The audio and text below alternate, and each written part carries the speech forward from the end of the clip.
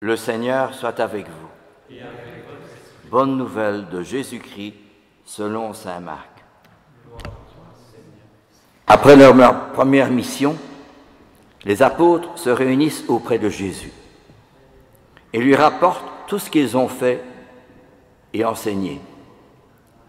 Alors Jésus leur dit, « Venez à l'écart dans un endroit désert et reposez-vous un peu. » De fait, les arrivants et les partants étaient si nombreux qu'on n'avait même pas le temps de manger. Ils partirent donc dans la barque pour un endroit désert à l'écart.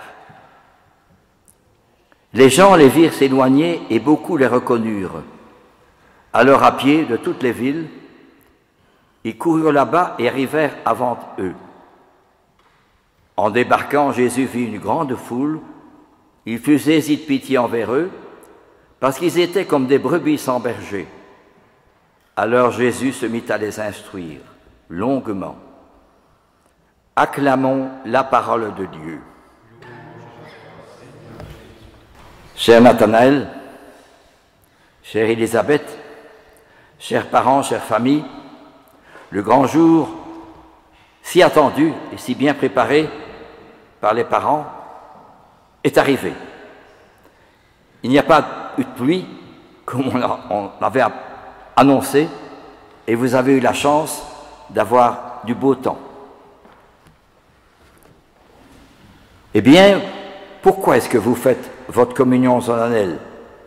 Pourquoi est-ce que vous faites votre communion privée? Eh bien, vous me répondrez, c'est pour trouver le bonheur, pour être heureux. Et vous avez bien raison. Mais il y a deux autoroutes à prendre. Il faut choisir. Une qui conduit au vrai bonheur et l'autre qui conduit à beaucoup de dangers, des difficultés, des problèmes.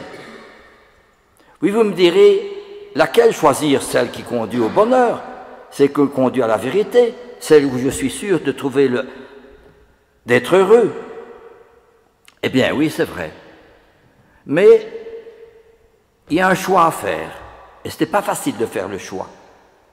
Et ce choix, c'est d'une part, la recherche de soi conduit à la mort. Mais, par contre, le dépassement de soi conduit à la vie. Et ça veut dire quoi, la recherche de soi? Faire tout ce que je fais, tout ce qui me plaît, tout ce que j'ai envie, tout ce qui m'arrange, tout ce que je veux. Alors là, évidemment, on arrive à un échec. Il y a peut-être 3 semaines, près de chez vous, à côté de chez vous, il y a une voiture la nuit, du samedi au dimanche. Paf! Contre la façade. 2 jeunes. Eh bien, ils sont, je crois, tous les deux en mauvais état. Et lui a crié, mes jambes, mes jambes, mes jambes. Et le SAMU est arrivé. Et l'hôpital et l'ambulance. C'est fort quand même. Pourtant, ce n'est pas des mauvais types, ce sont des braves jeunes. Mais on ne réfléchit pas. On se lance dans une voiture électrique, tout des sophistiqués, tous les trucs. Et ils n'ont pas su faire reprendre le tournant, paf, contre une façade. Et à ce qui paraît qu'ils sont tous les deux en mauvais état. C'est terrible quand même. Pourquoi? Parce qu'on ne réfléchit pas. Et c'est pour ça que la communion, c'est apprendre à réfléchir. À se dire, est-ce que je prends le bon chemin? Est-ce que je prends la bonne autoroute? Et la bonne autoroute, c'est se dire, ou bien je me sers, et je fais ce qui me plaît, ce que j'ai envie, ce qui m'arrange, ce qui m'intéresse, le confort, le plaisir, l'amusement, voilà. Ou bien je sers. Il n'y a pas d'autre alternative. Quelle est la vraie autoroute? Eh bien, justement, je sers, ça veut dire, je rends des services à mes parents, j'oublie un petit peu mon moi, dire moi qui ai raison, c'est moi le plus fort, moi je ne fais que ce qui me plaît. Non, je rends service à papa et maman, à mon entourage, à ma famille, à mes copains de classe. J'essaye toujours de rendre service, m'oublier un peu moi-même pour penser aux autres. Peut-être que c'est ça la bonne autoroute. Et alors, vous me direz, oui, mais enfin, est-ce possible aujourd'hui?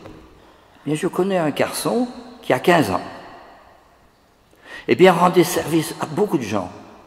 Tous ceux qu'il rencontrait, il les aidait. Il les encourageait. Il allait voir des malades. Et dans sa famille, quand il y avait quelqu'un qui est malade, il était le premier à aller les voir, les rendre visite. Il n'avait que 15 ans. Et malheureusement, il s'est trouvé malade. Il était à l'hôpital. Et à l'hôpital, on s'est aperçu qu'il avait une maladie grave.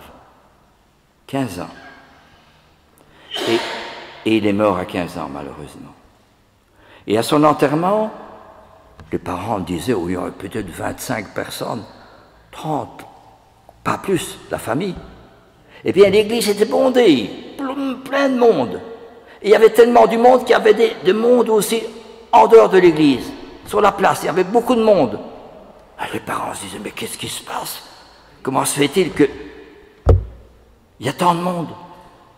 Eh bien, justement, Carlo Acutis, car il s'agit de lui, eh bien, il rendait beaucoup de services, à beaucoup. Il aidait beaucoup de gens.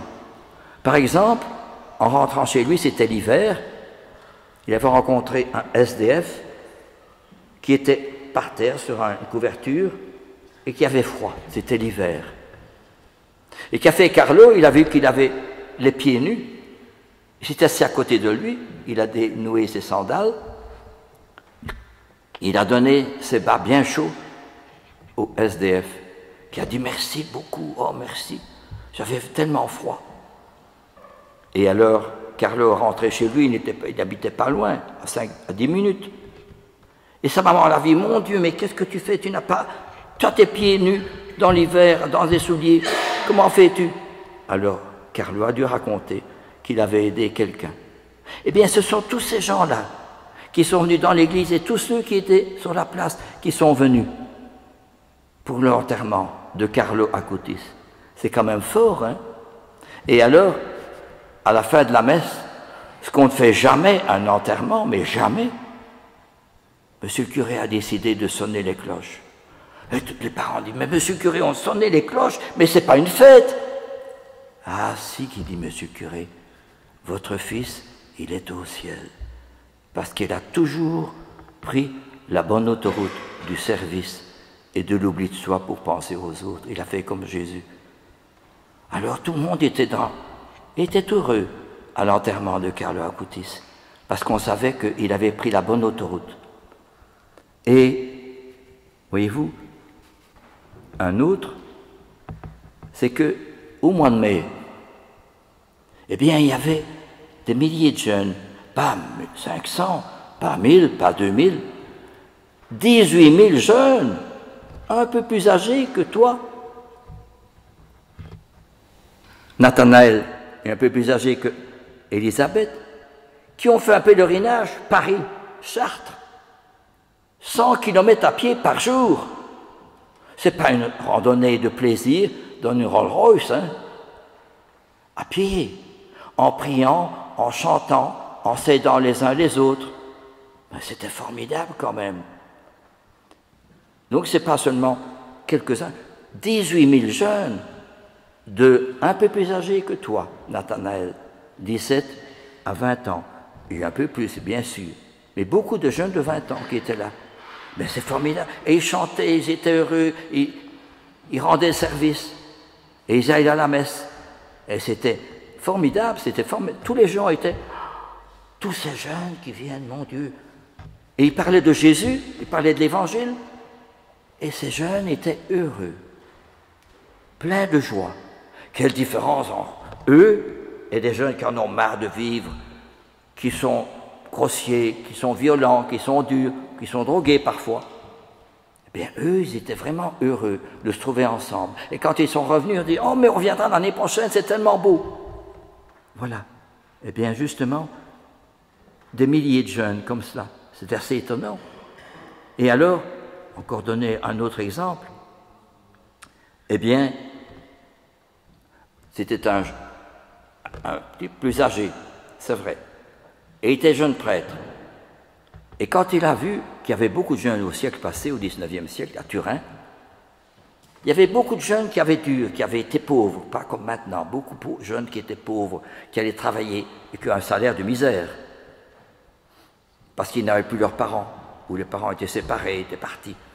Alors ils devaient travailler comme ils pouvaient pour avoir un peu d'argent, pour manger, pour vivre, pour dormir. Et alors, Don Bosco, car il s'agit de lui, s'est occupé de ces jeunes-là. Il a dit, je vais vous aider. Alors le dimanche, il partait avec eux, quand ils ne travaillaient pas, pour leur donner des loisirs, pour s'occuper d'eux. Alors il s'arrangeait toujours pour leur donner à manger, car ces jeunes étaient pauvres. Et alors, à un moment donné, Don Bosco était malade parce qu'il était fatigué. Eh bien, il a été malade, oui. Et tous ces jeunes, qu'est-ce qu'ils ont fait? Ils ont dit, oh, mais Don Bosco, voilà qui n'est plus là. Ils sont allés à l'église. Ils ont passé toute la nuit à prier pour Don Bosco. Oh Seigneur, guéris Don Bosco, donne-nous Don Bosco, on a besoin de lui. Et quelques jours après, Don Bosco était guéri. Grâce à quoi? Grâce aux jeunes qui ont cru dans la prière. Ils ont prié toute la nuit pour Don Bosco. Et Don Bosco, quand il est décédé, il y avait des milliers de jeunes qui sont allés à son enterrement en disant, voilà notre Père, voilà celui qui nous a aidés, voilà celui qui a pris le bon chemin, la bonne autoroute du bon Dieu. Eh bien, voyez-vous, je vais encore rajouter d'autres, mais enfin, c'est bien. Et je vous invite à regarder ce film. Demandez à vos parents de regarder le film de Don Bosco. C'est vraiment magnifique. Il y a 2 films sur Don Bosco. C'est magnifique, ce qu'il a fait pour les jeunes. Eh bien, voyez-vous, ça nous aide. Quand on montre alors, par contre, à la radio surtout, à la télévision, oh, il y a une bagarre, il y a eu des guerres, il y a eu ceci, il y a eu ça, il y en a un qui a pris ceci, il a tué une personne, il a pris un couteau, Où est-ce qu'ils sont les beaux exemples? Pourquoi est-ce qu'on ne montre jamais les beaux exemples? Pourtant, il y en a. Carlo Acutis, c'était un bel exemple. Ces jeunes de 18 000 jeunes, c'est un bel exemple. Alors, voyez-vous, si on ne voit que ce qui va mal, alors on est pessimiste, on se dit, oh, après tout, on s'en fout. Hein. Eh bien non. Voilà, votre communion solennelle, votre communion privée, Nathanaël et Élisabeth, ça veut dire un choix. Quelle autoroute est-ce que je vais prendre maintenant? L'autoroute de laisser aller, confort, matériel, TV, vidéo, chaîne IFI, smartphone. Il faut une TV, il faut de temps en temps un smartphone, c'est vrai. Mais ce qui est le plus important, c'est l'amour, c'est d'aimer. Alors là, ça c'est le bon Dieu, ça, quand on est du côté de l'amour. Tandis que si on se laisse aller, alors à un moment donné, il y a la drogue. Même si on fait attention, on est avec des copains, allez, essaye, hein. Si tu en as marre, essaye une fois. Non, essaye une fois. On fait une fois, 2 fois, 3 fois, puis on est accro. Voyez-vous, pourquoi? Parce qu'il n'y a pas de bon Dieu. Il faut prier. Il faut prendre la bonne autoroute. Alors voilà ce que, cher Nathanaël et chère Élisabeth, voilà ce que c'est que votre communion solennelle et votre communion privée. C'est un choix pour aller vers le bon Dieu. Et pour cela, il faudra souvent, le dimanche, aller prier le bon Dieu. Parce que si vous ne le priez pas, alors on est vite tenté. On ne prend plus la bonne autoroute. On se laisse aller par l'autre, par des copains, par ceci et ça. Et puis paf! À la grande surprise, à la grande tristesse des parents. Alors voyez-vous, eh bien justement, votre communion solennelle et votre communion privée, c'est un choix. Et le bon Dieu vous demande, quelle autoroute est-ce que tu prends? Et il faut chaque jour que je me dise le soir avant d'aller dormir, est-ce que j'ai pris la bonne autoroute aujourd'hui? Amen.